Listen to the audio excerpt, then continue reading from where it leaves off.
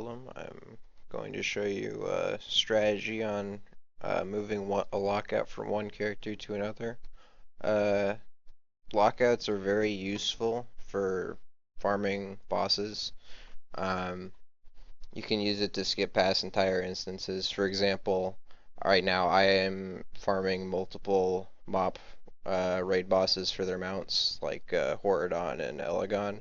And I do that across multiple characters, so rather than clear the entire instance over and over again, what I do is I just have a lockout. Now, right here, as you see, I have a Throne of Thunder lockout with Jinrock the Breaker dead.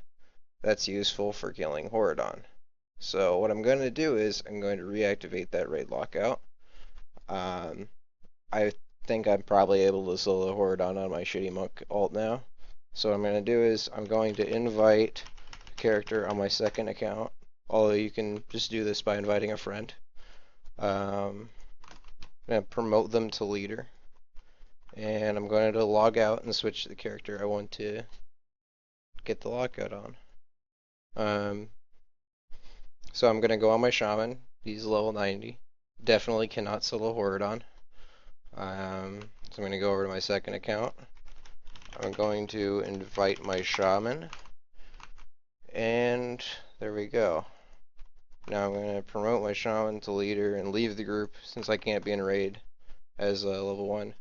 For Mista Pandaria instances, in order for the lockout to work, for the character offline, you have to convert it to raid. For like Cataclysm and Wrath of the Lich King stuff, you don't have to do that. So all I'm going to do is I'm going to walk in the instance.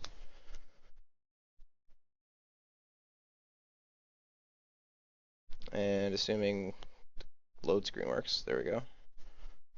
I'm going to accept the lockout, and what I'm going to do is I'm going to switch it to heroic.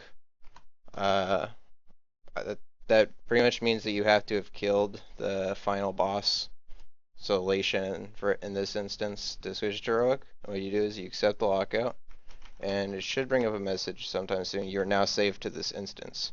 So what you do is you just run out now. You can hearth whatever, and you should be saved. So I haven't killed any bosses, but if I go to my raid lockouts, Throne of Thunder right there, Horadon available, Jinrock dead. So I can like get in a party with this character on any of my other characters and kill Horadon on normal mode, and then just keep doing that. As long as you don't kill the boss on heroic, it won't affect this lockout at all. And I've also done this with my shaman for Elegon, so I can farm Elegon on all my different characters.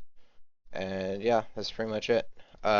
You can use this to farm the Elegon mount, the Horadon mount, the G-Kun mount, because those are all fairly easily soloable bosses compared to a lot of other bosses in the instance. And even if you can solo other bosses in the instance, why not save time? There's nothing, unless you like want something notable off the other bosses for transmog or something. You can also use it for farming the Blazing Drake, but you cannot use it for farming the Lifebinder's Handmaiden. That's the heroic mount off Deathwing. The reason being is in order to fight heroic Deathwing, you have to have killed the rest of the instance on heroic, which means you're going to have to go through heroic spine, unfortunately, if you still need that mount.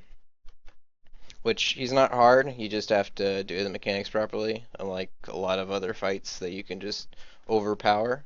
You can use it for farming the Pureblood Firehawk off of Ragnaros and Firelands, although you can probably already solo the rest of the instance and it nets a decent amount of gold, so that one's fairly optional on whether or not you want to do that. But all in all, it's a fun trick. You do not want to use this for an invincible lockout.